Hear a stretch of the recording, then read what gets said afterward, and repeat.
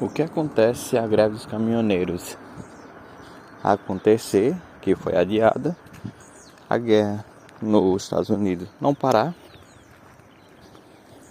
E o que o Brasil vai fazer com mais umas leis absurdas que você vê pela internet? Primeiro ponto, vamos começar falando sobre os caminhoneiros. A gente já tem um reflexo 2013, que já tiveram uma tentativa antes. Depois de 2018, acredito que todo mundo ter lembrado, tivemos a greve dos caminhoneiros, onde eles fizeram greve, pois estavam muito caro o diesel, petróleo, essas coisas. E aí, mediante essas coisas que estavam caras, eles paralisaram. O total foram 10 dias. 10 dias parado foi o suficiente para acabar insumos, combustível, alimentação.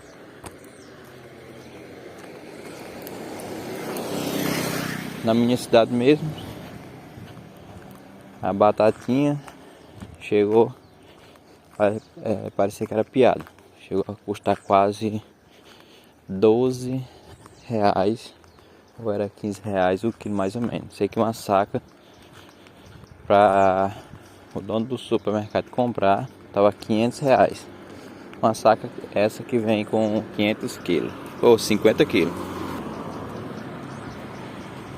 que sai a 10 reais o quilo. E ele tem que colocar mais dele, mais o combustível, imposto, carrega e descarrega, que aí no final não vai sair por menos de 15 reais o quilo da batatinha. E fora os outros produtos da cesta básica aumentou: alho, arroz, feijão, óleo, cereais, grãos, enlatados. Porque quando você não tem um produto, automaticamente ele sobe o valor. Então, esse é um sinal do que pode acontecer. O que aconteceu nesse governo? Os cabas lá conversaram entre si, fizeram uma promessa por líder dos caminhoneiros, e aí eles barraram por hora a greve. Oriente Médio, a guerra acontece o quê? Porque muita gente não entende. Por que lá no Oriente Médio a guerra é lá, no Estreito de Hormuz, e está aumentando o preço do combustível aqui no Brasil, no outro lado do mundo?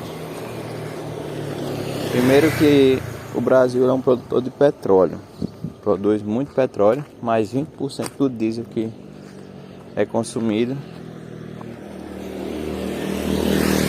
vem de fora.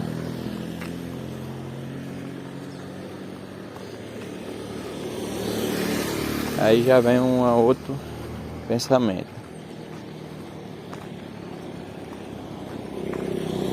Será que não era interessante ter uma opção de combustível diferente, a baratear o diesel?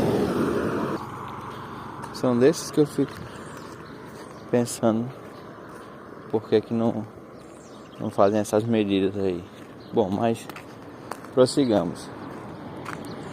Lá, quando eles acontecem a guerra, o petróleo, os combustíveis lá não saem de lá, acarreta de aumentar o preço. E aí o Brasil tem uma tendência chamada paridade internacional. Essa paridade, ela serve para medir o barril do petróleo ao nível do mercado financeiro. Por quê? Se no Brasil ele fica mais barato, quem está de fora vai querer comprar no Brasil, vai comprar no dólar. O dólar está valendo hoje pelo menos 5 vezes o valor da moeda.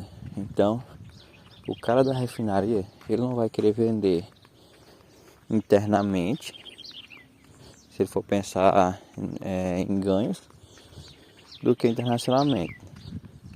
Porque aí, Se você vende um barril de petróleo como estava a $70 no mercado internacional, que vai dar, digamos, em torno de 350, R$ 400 um barril, e você vai vender internamente por 200, então para ele não faz sentido ele vender internamente. Claro que ele tem que ter, porque senão não vai conseguir movimentar para fora, que vai ter que colocar nos barcos, e dos barcos mandar para fora para poder selecionar. Mas isso é uma situação. Agora vamos ver outra situação bem interessante. Se ele só vende para fora, acaba, e aí as lideranças políticas deveriam fazer o quê? O controle do preço, o controle dos juros, porque aí o que acontece?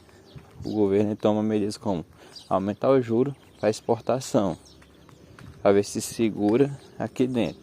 Aí o cara lá de fora que está precisando, que vê que está barato, ele vai dizer, não, mesmo com juro compensa eu comprar, porque eu não estou tendo, então deixa eu comprar.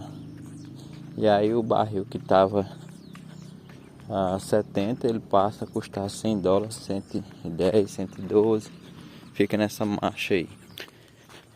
Dessa e outras é que a paridade faz um nivelamento internacional, porque o pessoal diz, mas o Brasil, ele produz muito aqui petróleo, mas aí o problema é que a gente não tem fábricas, indústria focada em apenas um local para poder fazer o processo, diferente de outros lugares como a China, que tem cidades onde a cidade é focada industrial para a produção de cada elemento, o insumo. Insumos são aqueles básicos do produto que a pessoa precisa para poder produzir um celular, produzir um notebook, um eletrodoméstico. Se eu quero eletrônico, tem uma cidade que é focada só em eletrônico. Tudo que é eletrônico, que é digital, tem uma cidade. Se eu quero outra, comida, armazenamento, não sei o que tal, tem essa cidade também. E aí você vai ter cidades que são focadas, as cidades entre si não vão ficar longe. Quando eu falo longe, vou especificar. Quando tu tem uma moto fabricada no Brasil, as peças são, por exemplo, são fabricadas em São Paulo. E aí, quando fabrica as peças, ela é montada em São Paulo? Não. Ela é montada, por exemplo, lá em Belém do Pará, ou em Manaus, algum local assim. E aí o que acontece com isso?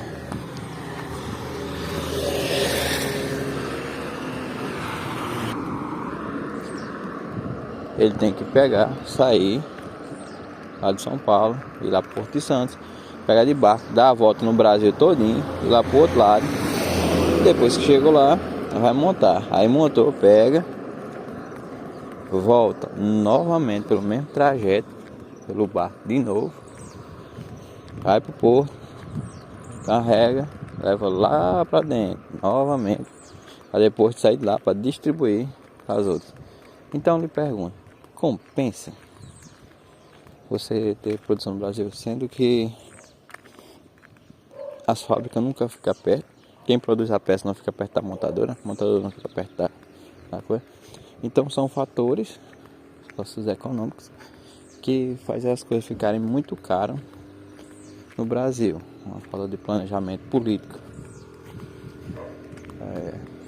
As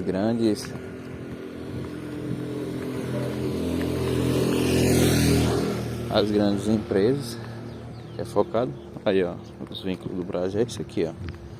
Desorganização, lixo jogado na rua, não tem beira da rua. Isso aqui é uma cidade pequena.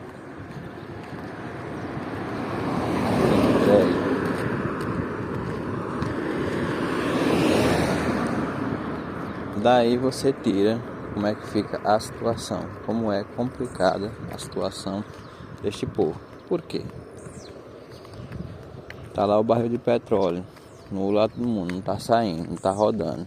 E aí começa a aumentar demais porque vai acabando as reservas que o povo tem. E aí automaticamente o povo aumenta o preço para poder ganhar dinheiro. No Brasil, ele quer acompanhar, a justificativa dele é: deixa eu acompanhar o preço para não ficar barato demais, porque se ficar muito barato, o dono da refinaria vai querer vender para fora. Os países que precisam vão querer vender para fora. E isso eu não estou nem falando do Trump, na medida dele, onde ele quer caracterizar facções como grupos terroristas. Isso é conversa para um outro vídeo. E aí é complicado. E aí eles ficam demarcando território, brigando. Aí você vê, a cidade não tem estrutura quase nenhuma. Aí o governador, junto com o prefeito, disseram: não, vamos colocar uma coisa aqui. O quê? Um presídio de segurança máxima. Aí pega, espanta o turista, as pessoas que vêm de fora, que quer constituir casa, família, atrai o quê? Facção, porque os cabos desses cantos vêm pra cá. Se não tivesse, esses caras iriam bater aqui? Com certeza não ia bater, porque é uma via sem volta para eles. Aí, como é um lugar que tem saída, que roda, que vem gente internacional, e acontece isso aí. Você acha realmente que vai fazer sentido pro produtor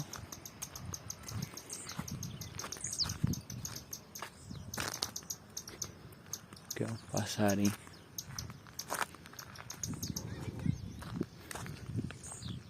O produtor ele vender as coisas dele mais barata para a terra ou vender mais caro para fora. Lembrando que esse não é um canal de geopolítica, são apenas comentários de coisas que estão acontecendo no mundo para te atualizar neste ano de 2026, no mês de março.